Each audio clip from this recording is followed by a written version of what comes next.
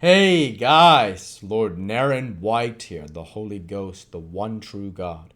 Back with you with the next video in my series reading Oliver Twist by Charles Dickens. Without further ado, returning to Oliver Twist as read by Lord Naren White. Before his removal, he had managed to contract a strong friendship for Mr. Grimwig, which that eccentric gentleman cordially reciprocated. He is accordingly visited by Mr. Grimwig a great many times in the course of the year. On all such occasions, Mr. Grimwig plants fishes and carpenters with great ardor, doing everything in a very singular and unprecedented manner, but always maintaining with his favorite asseveration that his mode is the right one. On Sundays, he never fails to criticize the sermon to the young clergyman's face, always informing Mr. Losberne, in strict confidence afterwards, that he considers it an excellent performance, but deems it as well not to say so. It is a standing and very favorite joke for Mr. Brownlow to rally him on his old prophecy concerning Oliver, and to remind him of the night on which they sat with the watch between them, waiting his return.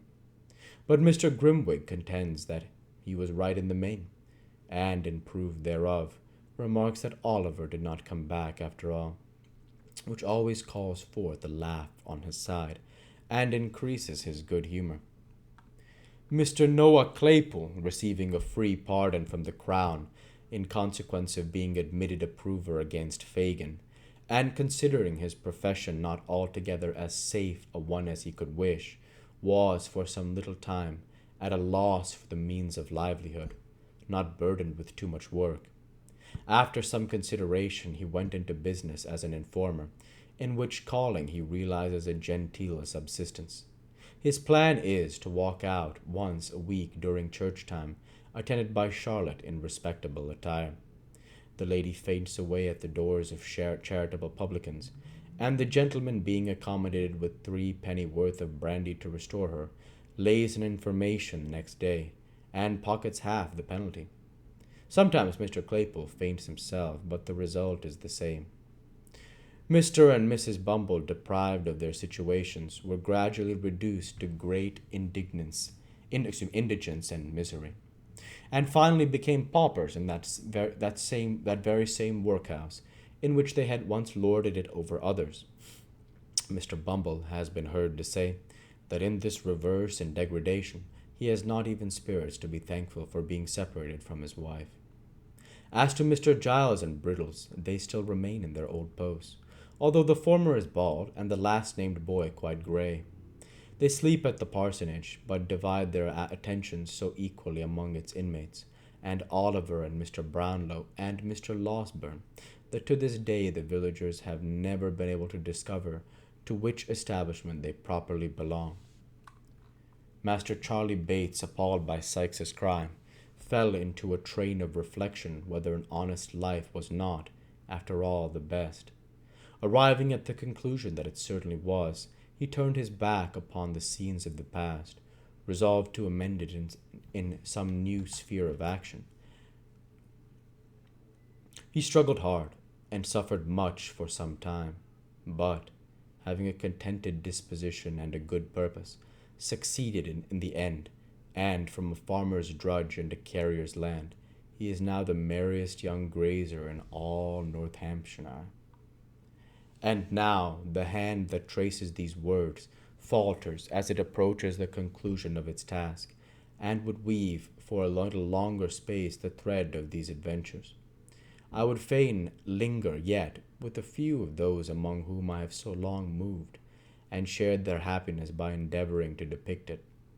I would show Rose Maylie in all the bloom and grace of early womanhood, shedding on her secluded path in life's soft and gentle light, that fell on all who trod it with her and shone into their hearts. I would paint her the life and joy of the fireside circle and the lively summer group. I would follow her through the sultry fields at noon, and hear the low tones of her sweet voice in the moonlight evening walk. I would watch her in all goodness and charity abroad, and the smiling, untiring discharge of domestic duties at home. I would paint her and her dead sister's child happy in their love for one another, and passing the whole hours together in picturing the friends whom they had so sadly lost. I would summon before me once again those joyous little faces that clustered round her knee, and listen to their merry prattle. I would recall the tones of that clear laugh, and conjure up the sympathizing tear that glistened in the soft blue eye. These and a thousand looks and smiles, and turns of thought and speech, I would fain recall them every one. How Mr. Brownlow went on from day to day, filling the mind of his adopted child with stores of knowledge and becoming attached to him more and more as his nature developed itself and showed the thriving seeds of all he wished him to become. How he traced him new traits of his early friend that awakened in his own bosom old remembrances, melancholy and yet sweet and soothing. How the two orphans, tried by adversity, remembered its lessons in mercy to others and mutual love and fervent thanks to him who had protected and preserved them. Uppercase him. These are all matters which need to be told. I have said that they were truly happy, and without strong affection and humanity of heart, and gratitude to that being whose code is mercy, and whose great attribute is benevolence to all things that breathe, happiness can never be attained. Within the altar of the old village church there stands a white marble tablet, which bears as yet but one word, Agnes. There is no coffin in that tomb, and may it be many, many years before another name is placed above it. But if the spirits of the dead ever come back to earth, to visit spots hallowed by the love beyond the grave of those whom they knew in life, I believe that the shade of Agnes sometimes hovers round that solemn nook. I believe it none the less because that nook is in a church, and she was weak and erring. The end. I hope you enjoyed Oliver Twist by Charles Dickens as read by Lord Naren White, the Holy Ghost, the one true God. First and foremost, I want to give credit to Charles Dickens, one of the greatest authors of all time. He has written another great book here, and now it is my pleasure to have enshrined it into the annals of Narangelical history. Forever on, Lord Naren White, the Holy Ghost, the one true God, has read Oliver Twist by Charles Dickens. One thing as we now move to an analysis of this book, one of my favorite sections of this book is towards the end.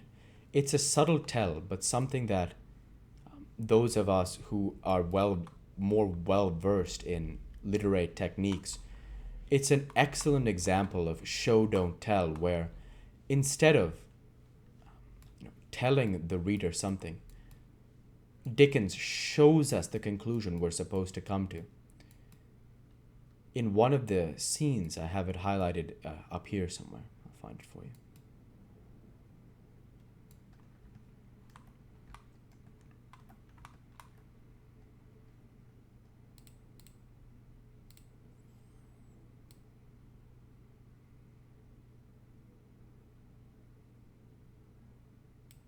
This is a very beautiful example of show don't tell.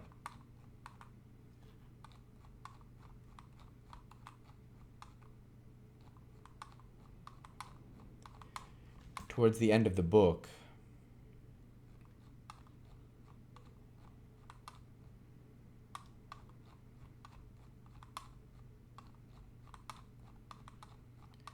should be coming up here.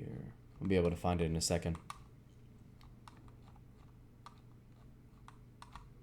Oh, I'm well up here. Excuse me, but sorry about that. It may take a second.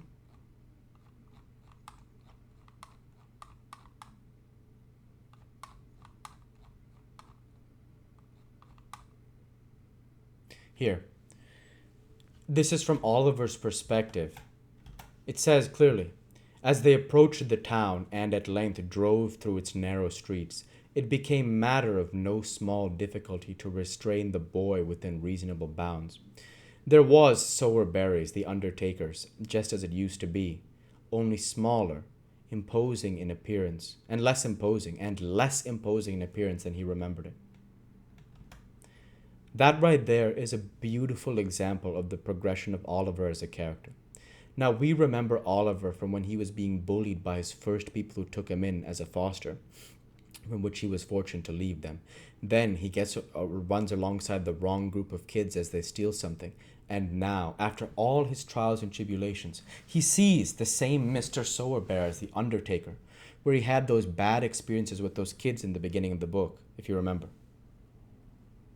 And now, he doesn't see it as imposing anymore. And that, right there, is an example of show don't tell through the course of the book.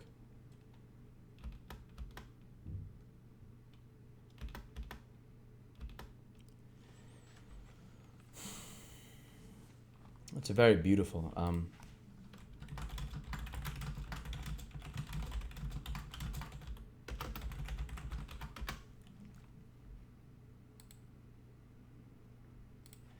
Yeah, it just shows the progression of Oliver as a character where when he has the unpleasant experiences at Mr. Sowerberry's in the beginning of the book, by the end of the book, he doesn't view it as imposing anymore because of all the adversity that he has overcome with who else's help? Jesus Christ. And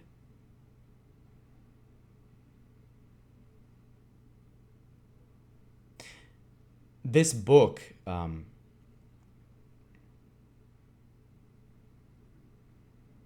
is an amazing book because it tackles a lot of religious themes, not just of Fagin, um, but in general. It gives great praise to Christianity, and especially to the character of. Um, excuse me, just one second.